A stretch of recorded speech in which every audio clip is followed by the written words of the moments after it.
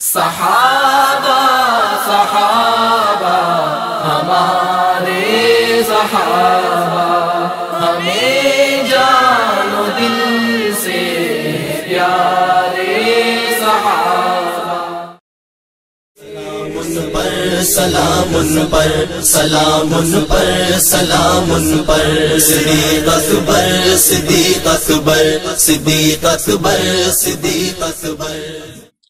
حضرت ابوبکر صدیق رضی اللہ تعالیٰ عنہ پاکیزہ صفات اور اجلے کردار کے مالک، پیکر صداقت و امانت، رسول اللہ صلی اللہ علیہ وسلم کے مشیر و وزیر اور رفیق سفر و حضر تھے. آپ نے قبول اسلام سے پہلے اور بعد عرب معاشرے میں قابل رشک زندگی گزاری. سب سے پہلے ایمان لائے اور غریب و غلام مسلمانوں کو خرید کر کفار کے مظالم سے آزاد کرایا. رؤسائے عرب تک دعوت اسلام کو مؤثر انداز میں پہنچایا. رسول اللہ صلی اللہ علیہ وسلم کا سفر ہجرت کی پرخطر راہوں میں ساتھ دیا، جبکہ مدینہ میں اسلامی ریاست کے قیام میں پیغمبر اسلام صلی اللہ علیہ وسلم کے شانہ بشانہ محنت اور جدوجہد کی.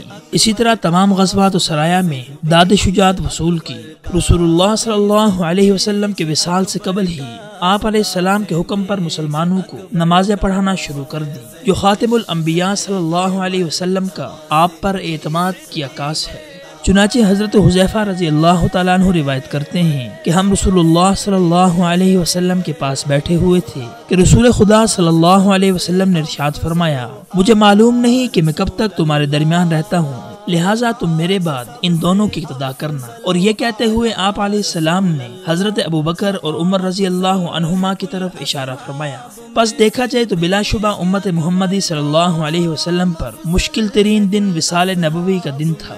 حضرت ابن عباس رضی اللہ عنہما بیان فرماتے ہیں کہ سیدنا صدیق اکبر رضی اللہ تعالی عنہ حجرہ عائشہ رضی اللہ تعالی عنہا سے باہر تشریف لائے، اس حال میں کہ سیدنا عمر رضی اللہ تعالی عنہ لوگوں سے باتیں کر رہے تھے کہ اللہ کی قسم اللہ کے رسول فوت نہیں ہوئے ہیں. چنانچہ ابوبکر صدیق رضی اللہ تعالیٰ عنہ نے فرمایا، اجلس یا عمر، لیکن حضرت عمر رضی اللہ تعالیٰ عنہ نے بیٹھنے سے انکار کر دیا. اتنے میں لوگ سیدنا عمر رضی اللہ تعالیٰ عنہ کو چھوڑ کر آپ کی طرف متوجہ ہو گئے.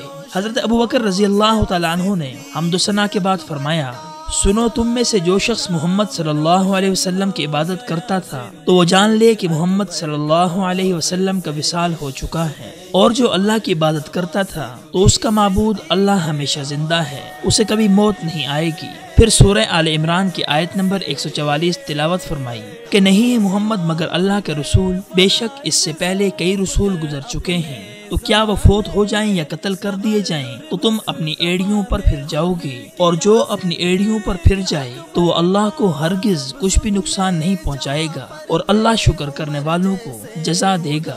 حضرت سعید بن مسیب رضی اللہ تعالیٰ عنہ روایت کرتے ہیں کہ حضرت عمر رضی اللہ تعالیٰ عنہ نے کہا، اللہ کی قسم مجھے اس وقت ہوش آیا جب میں نے ابوبکر رضی اللہ تعالیٰ عنہ کو یہ آیت تلاوت کرتے ہوئے سنا تو میں سکتے میں آ گیا، اور مجھے یوں محسوس ہوا کہ میرے پاؤں میرا بوجھ نہیں اٹھا پائیں گے، اور اس وقت میں نے جان لیا کہ اللہ کے نبی وفات پا گئے ہیں. دوسری طرف نبی اکرم صلی اللہ علیہ وسلم کے وصال کے بعد سب سے بڑا مسئلہ آپ صلی اللہ علیہ وسلم کی خلافت کا تھا. ثقیفہ بنی سعد میں انصار و مہاجرین کا نمائندہ اجلاس منعقد تھا. اس موقع پر سیدنا ابوبکر صدیق رضی اللہ تعالیٰ عنہ کے دانشمندانہ خطاب سے اس معاملے کے حل کی راہ نکلی.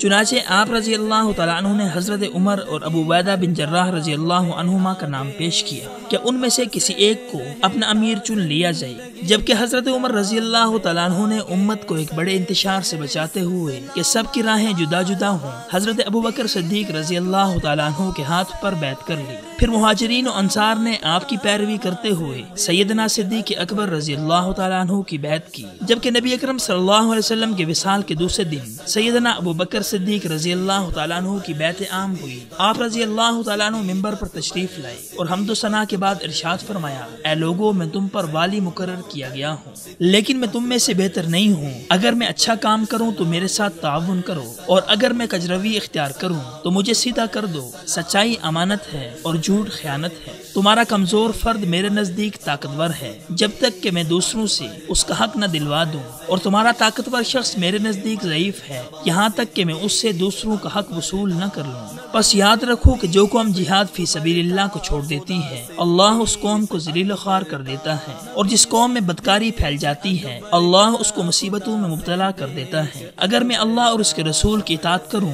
تو تم میری اطاعت کرو، اگر میں اللہ اور اس کے رسول کی نافرمانی کروں تو تم پر میری اطاعت لازم نہیں ہے۔ اللہ تم پر رحم فرمائے لہٰذا نماز قائم کرو۔ پس یقیناً خلیفۃ الرسول صلی اللہ علیہ وسلم کا یہ خطبہ اسلامی نظام حکومت میں اساس کی حیثیت رکھتا ہے، جس میں حاکم و رعایا اصول عدل و انصاف اور ریاست کی ذمہ داریوں کے علاوہ جہاد اور اسلامی معاشرے کی بنیادی اکائی حیا و پاک دامنی کے لیے رہنما اصول ارشاد فرمائے گئے ہیں۔ یقیناً موجودہ اسلامی دنیا کے حکمران ہوں یا عام رعایا، خلیفہ بلا فصل رضی اللہ تعالیٰ عنہ کا خطبہ سب کے لیے مشعل راہ ہے، اور یہی وہ ذریع اصول ہیں جو ہمیں کامیابی کی شاہراہ پر گامزن کر سکتے ہیں۔ بفیض عشق ہے یہ مرتبہ صدیق اکبر کا، بفیض عشق ہے یہ مرتبہ صدیق اکبر کا۔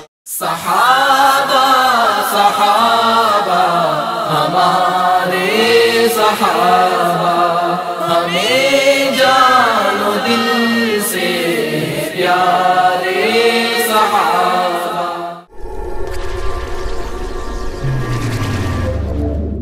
وصال اردو